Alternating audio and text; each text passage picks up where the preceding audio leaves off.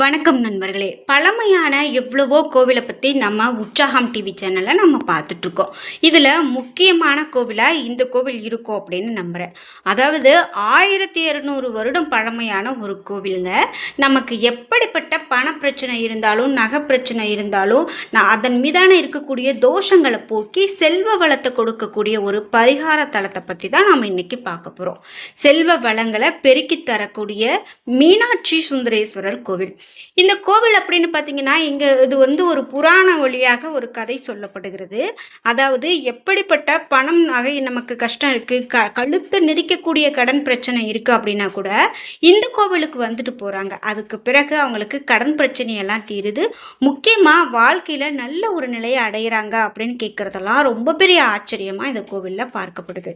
அப்படிப்பட்ட ஒரு அதிசயமான கோவில் பற்றி தாங்க பார்க்க போகிறோம்.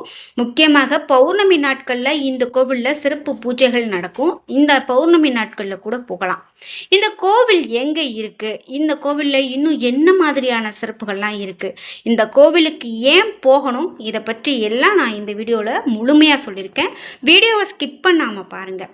நீங்களும் இந்த கோவிலுக்கு போயிருக்கீங்க அப்படின்னா உங்களுடைய கருத்துக்களை கமெண்ட் பாக்ஸில் மறக்காமல் பதிவிடுங்க. நான் போனதில்லை, நீங்கள் சொல்லி இந்த வீடியோவை பார்த்து தான் எனக்கு இந்த கோவில் பற்றி தெரியும் அப்படின்னு சொன்னாலும் மறக்காமல் நீங்கள் என்ன சொல்ல வரீங்க அப்படிங்கிறத கமெண்ட் பாக்ஸில் பதிவிட்டுருங்க. நீங்கள் இன்னும் உற்சாகம் டிவி சேனலை சப்ஸ்கிரைப் பண்ணாமல் இருந்தால் சப்ஸ்கிரைப் பண்ணிக்கோங்க. கூடவே இருக்க பெல் ஐக்கானை மறக்காமல் கிளிக் பண்ணிடுங்க. வாங்க வீடியோக்குள்ளே போகலாம். இந்த வீடியோவை பார்த்துட்டு இருக்கக்கூடிய உங்களுக்கு வாழ்க்கையில் நிறைய பிரச்சனைகள் இருக்குது, எனக்கு இந்த பிரச்சனைகள்லாம் தீர்றதுக்கான வழியே தெரியல, எனக்கு ஒரு எளிய வழி சொல்லுங்க அப்படின்னு சொன்னான். இந்த வீடியோக்கு கீழே டிஸ்கிரிப்ஷனில் வராகி அம்மன் ஜோதிட நிலையத்தின் தொலைபேசி எண் கொடுத்துருக்கேன். அந்த எண்ணுக்கு தொடர்பு கொண்டு பேசி பாருங்க. கண்டிப்பாக உங்கள் வாழ்க்கையில் இருக்கக்கூடிய எல்லா பிரச்சனைகளுக்கும் சரியான பலன்கள் சொல்லப்படும். நாம் இப்போது ஒரு சிவபெருமானுடைய கோவில் தான் பார்த்துட்ருக்கோம். முக்கியமாக இந்த கோவில் அப்படின்னு பார்த்தீங்கன்னா குபேரனுடைய மகன்கள் வழிபட்ட தலம் அப்படின்னு சொல்கிறாங்க. அதாவது குபேரன் அப்படின்னு சொல்லுறவர் மிக பெரும் பணக்காரர் அப்படிங்கிறது நம்ம எல்லாருக்குமே தெரியும். இந்த கோவில் எங்கே இருக்குது அப்படின்னு பார்த்தீங்கன்னா இந்த கோவில் திருச்சி மாவட்டத்தில் இருக்குது.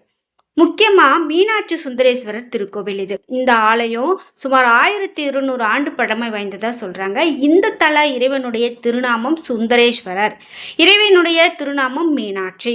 குபேரனுடைய மகன்கள் வழிபட்ட தலம், செல்வ வளம் பெருக உதவக்கூடிய பரிகார தலம் அப்படின்னு சொல்கிறாங்க. இந்த கோவிலுக்கு ஒரு தல புராணம் சொல்லப்படுது. அது என்ன அப்படிங்கிறத பார்த்துடலாம். அதுக்கு முன்னாடி இந்த கோவில் எங்கே இருக்குது அப்படின்னு பார்த்தீங்கன்னா திருச்சி மாவட்டம் லால்குடி வட்டத்தில் நன்னிமங்கலம் அப்படின்னு சொல்லக்கூடிய கிராமத்தில் தாங்க இந்த கோவில் அமைந்திருக்கு. இது மீனாட்சி சுந்தரேஸ்வரர் திருக்கோவில். நிறைய பேர் வீடியோ பார்க்குறாங்க, ஆனால் நாம் இந்த முழு முகவரியுமே சொல்கிறோம், ஆனால் சொல்லலைன்னு சொல்லி கமெண்டில் கேட்டுகிட்டே இருக்காங்க. திருச்சி மாவட்டம் லால்குடி வட்டத்தில் நன்னிமங்கலம் அப்படின்னு சொல்லக்கூடிய கிராமத்தில் தாங்க இந்த கோவில் அமைந்திருக்கு, மீனாட்சி சுந்தரேஸ்வரர் திருக்கோவில். சரி, தல புராணத்தில் என்ன சொல்கிறாங்க அப்படின்னு பார்த்தீங்கன்னா தேவலோகத்தில் கிடைக்காத அருப்பெரும் சக்தி உடைய பொன் பில்வ சாரம், இந்த பொன்னாலான 3 பில்வ தலங்களை இருக்கக்கூடிய பொன் பில்வ சாரத்தை எந்த ஒரு சுயம்பு சிவலிங்கத்தின் மீது வைத்தாலும் ஓம் நமச்சிவாய என்று ஓதி ஒரு முறை நம்ம அர்ச்சித்து வழிபட்டோம் அப்படின்னா அது பன்மடங்காக பெருகி பிரகாசித்து நிறைந்த செல்வத்தை தரக்கூடிய ஒரு அற்புதம் நிறைந்த கோவில் அப்படின்னு சொல்லலாம்.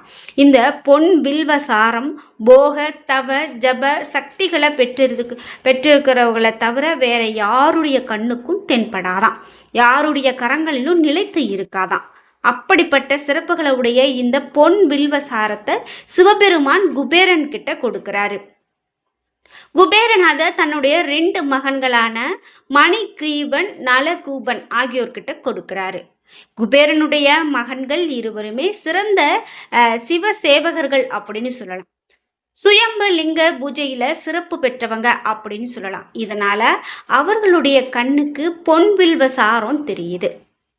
இருவரனுடைய கைகளிலும் நிலைத்து நிற்கிறது அப்படின்னு சொல்லலாம். அதாவது நம்ம முன்பு சொன்னது போல யார் சக்தி வாய்ந்தவராக இருக்கிறாங்களோ அவங்களுடைய கண்ணுக்கு தான் தெரியும், அவர்கள்கிட்ட தான் நிலைத்திருக்கும். இதை கண்ட குபேரனுக்கு பெரும் மகிழ்ச்சி. குபேரன் 2 மகன்கள்கிட்டையோ இந்த பொன் வில்வ சாரத்தை பூலோகத்தில் இருக்கக்கூடிய அனைத்து சுயம்பு சிவலிங்கத்தின் மீதும் வைத்து அதன் மகிமையை அறிந்து வாங்க அப்படின்னு உத்தரவிடுறாரு. அதன்படி பூலோகம் வந்த குபேரனுடைய மகன்கள் அங்க இருக்கக்கூடிய சுயம்பு சிவலிங்க மூர்த்திகளின் மேல பொன் வில்வ சாரத்தை வைத்து வழிபட்டு வர்றாரு. பல தலங்கள்ல வழிபட்ட அங்கு பசுமையான சாதாரண வில்வத்தலம் போலவே காட்சி தருது. சில தலங்கள்ல மறைந்தும் போகுது அப்படின்னு சொல்லலாம். இப்படி இருவரும் பல நூற்றாண்டுகள் தல யாத்திரை மேற்கொள்றாங்க. பல சுயம்பு லிங்க மூர்த்திகளை தரிசனமும் செய்கிறாங்க.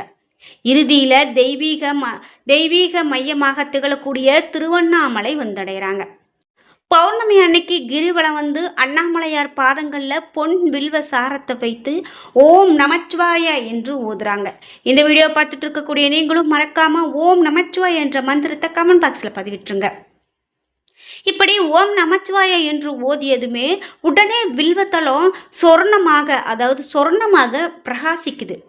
இருவரும் பொன் வில்வ சாரத்தினுடைய ரகசியத்தையும் மகிமையும் உணர்த்தி அருள வேண்டும் அப்படின்னு அண்ணாமலையார்கிட்ட வேண்டி நிற்கிறாங்க. உடனே சென்னி வளநாடு செல்லும்படி அசரீரியாக அண்ணாமலையார் வழிகாட்டுறாரு. அதன்படி இருவரும் தென் திசை நோக்கி பயணத்தை மேற்கொள்றாங்க. சோழ நாட்டில் இருக்கக்கூடிய திருத்தத்துறை அப்படின்னு சொல்லக்கூடிய தற்போதைய லால்குடிக்கு வர்றாங்க. இந்த திருத்தத்துறைக்கு பேர் தான் இப்போ லால்குடி அப்படின்னு சொல்கிறோம். இங்கே வர்றாங்க. அங்கு சப்த ரிஷீஸ்வரம் ஆலயத்தில் இருக்கக்கூடிய சிவகங்கை தீர்த்தத்தில் நீராட என்றாங்க. அதன்படி நீராடி மூழ்கி எழுந்ததும் அவர்கள் வேறொரு ஆலயத்தில் இருக்கிறத உணர்றாங்க. அதோடு தங்கள்கிட்ட இருக்கக்கூடிய அந்த பொன் வில்வ சாரம் மறைந்து போகிறதையும் கண்டு பதறி போகிறாங்க. இதையடுத்து அவர்கள் 2 பேரும் அந்த ஆலயத்தினுடைய கருவறை நோக்கி போகிறாங்க. அப்போது ஒரு அதிசயத்தை பார்க்குறாங்க. என்ன அப்படின்னா, கருவறையில் கரும்பச்சை நிறத்தில் மரகத ஜொலிக்கக்கூடிய சுயம்புலிங்க திருமேனி இருக்குது.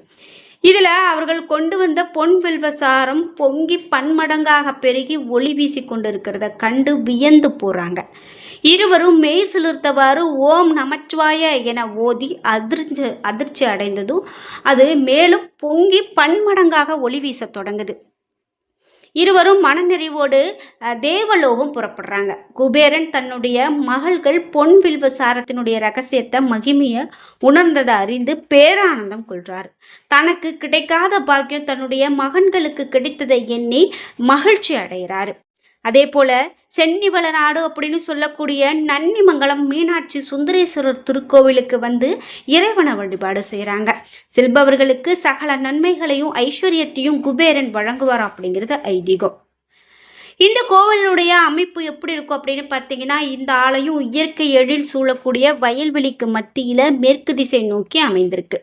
கோவிலினுடைய முகப்பை கடந்ததும் அதற்கு அகன்ற பிரகாரமும் மகா மண்டபமும் காண முடியும். மகா மண்டபத்தினுடைய நடுவில் நந்தி பெருமானும் பலிப்பீடமும் இருக்கும். அதை தொடர்ந்து அர்த்த மண்டபமும் கருவறையும் அமைந்திருக்கும்.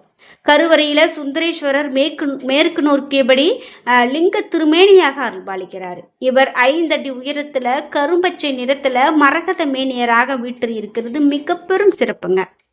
இந்த மரகத மேனியரை நீங்களும் பார்த்துருக்கீங்க அப்படின்னா மறக்காமல் உங்களுடைய கருத்துக்களை கமெண்ட் பாக்ஸில் பதிவிட்டுருங்க. எனவே இந்த தல லிங்கம் மரகத லிங்கம் அப்படின்னு அழைக்கப்படுது. கற்பூர தீபாராதனைகளை காட்டும் போது அந்த ஒளி லிங்க திருமேனியில் பட்டு பளபளவென்று ஜொலிக்கிறத நம்மளால் பார்க்க முடியும். அது காண கண்கோடி வேண்டும் அப்படின்னு சொல்லக்கூடிய காட்சி. பொதுவாக இறைவனுடைய கோமுகமும் அபிஷேகம் செய்யக்கூடிய தீர்த்தம் வெளியேறும் பகுதி இடது புறத்தில் தான் அமைந்திருக்கிறத பார்க்க முடியும். ஆனால் இந்த கோவிலில் சுந்தரேஸ்வரருடைய வலது புறத்தில் அமைந்திருக்கிறது தனி சிறப்பு. கோவில் மகா மண்டபத்தினுடைய இடது புறத்தில் மீனாட்சி அம்மன் தனி சன்னதியில் அருள்பாலிக்கிறாங்க. இவர் முன் கையில் அபய முத்திரை காட்ட, மறு கையில் மலர் ஏந்தி நின்ற கோலத்தில் தெற்கு நோக்கி காட்சி கொடுக்குறாங்க. அதே போல் அம்பிகையினுடைய கால் கட்டை விரலில் மெட்டி அணிந்திருக்கக்கூடிய ஒரு அபூர்வ காட்சியை இங்கே தாங்க பார்க்க முடியும். திருமண வரம் வேண்டி வர்றவங்க அம்பிகையினுடைய மெட்டி தரிசனத்தை கண்டாங்க அப்படின்னா விரைவிலேயே திருமணம் நடந்தேறும் அப்படிங்கிறது மிக பெரும் நம்பிக்கை. மகா மண்டபத்தில் இருந்து இறைவனையும் இறைவியையும் ஒரு சேர நம்மளால் தரிசிக்க முடியும். கருவறை கோஷ்டத்தில் தட்சிணாமூர்த்தியும் துர்க்கை அம்மனும் காட்சி தராங்க. பிரகாரத்தின் மேற்குல பெருமாள் கோவில் அமைந்திருக்கிறத பார்க்க முடியும். அங்கு லக்ஷ்மி தாயாரை மடியில் அமர்த்தியவாறு லக்ஷ்மி நாராயணர் ஒரு சன்னதியிலும், ஸ்ரீதேவி பூதேவி சமேதராக வரதராஜ பெருமாள் மற்றொரு சன்னதியிலும் அருள்பாலிக்கிறாங்க. முருகப்பெருமான் வள்ளி தெய்வானையோடு மயிலில் அமர்ந்தபடி தனி சன்னதியில காட்சி கொடுக்கிறாரு. பெரும்பாலான கோவில்களில் முருகனுடைய இந்த வலது புறத்தில் மயிலினுடைய முகம் அமைந்தவாறு காணப்படும். ஆனால் இங்கு முருகனுடைய இடது புறத்தில் மயில் முகம் அமைந்திருப்பது தனி சிறப்பு. வடக்கு பிரகாரத்தில் சண்டிகேஸ்வரர் சன்னதி இருக்கு. இங்க 2 சண்டிகேஸ்வரர் இருக்காங்க. ஒருவர் கடாசனத்திலும் மற்றொருவர் அர்த்த பத்மாசனத்திலும் தெற்கு மேற்காக வீற்றிருக்காங்க. வடகிழக்கு மூலையில நவகிரகங்களும் மேற்குல செவிசாய்த்த விநாயகர் சன்னதியும் இருக்கும். கோவிலில் தலவிருட்சமாக பொன்வில்வ மரம் இருக்கிறதையும் அதன் இதழ்கள் 3 பிரிவுகளோடு காணப்படுவதையும் நம்மளால பார்க்க முடியும். பௌர்ணமி தினத்தன்னைக்கு தலவிருட்சமான பொன்வில்வ மரத்துக்கு சந்தனம், மஞ்சள், குங்குமம் சாற்றி அடிப்பிரதர்சனம் செய்கிறது. சுவாமியையும் அம்பாளையும் வழிபட்டோம் அப்படின்னா குபேரன் மற்றும் லக்ஷ்மியினுடைய அருளையும் சேர்த்து பெற முடியும். இங்கு கரும்பச்சை மரகதலிங்க திருமேனியை வழிபாடு செய்யும் போது உள்ளத்துல நேர்மறையான எண்ணம் மேலோங்கும். ஆலயத்துல 2 கால பூஜை சிறப்பாக நடத்தப்படுது. ஏகாதசி, பிரதோஷம், மகா சிவராத்திரி, ஆடி, தை, வெள்ளி போன்ற விழாக்களும் விமர்சையா கொண்டாடப்படும். திருச்சியில இருந்து 25 கிலோமீட்டர் தொலைவில் நன்னிமங்கலம் அப்படின்னு சொல்லக்கூடிய இடத்துல மீனாட்சி சுந்தரேஸ்வரர் திருக்கோவில் அமைந்திருக்கு. லால்குடியில இருந்து சாத்தமங்கலம் செல்லக்கூடிய சாலையில 3 கிலோமீட்டர் தொலைவில் அமைந்திருக்கு. என்ன நண்பர்களே, இன்னைக்கு வீடியோவில் நாம் இந்த ஒரு சிறப்பான தகவல் பற்றி கோவில் பற்றி தெரிஞ்சுக்கிட்டோம். இந்த வீடியோ உங்களுக்கு ரொம்ப பயனுள்ளதாக இருந்திருக்கும். வீடியோ உங்களுக்கு பிடிச்சிருந்தா லைக் பண்ணுங்கள், ஷேர் பண்ணுங்கள், கமெண்ட் பண்ணுங்கள்.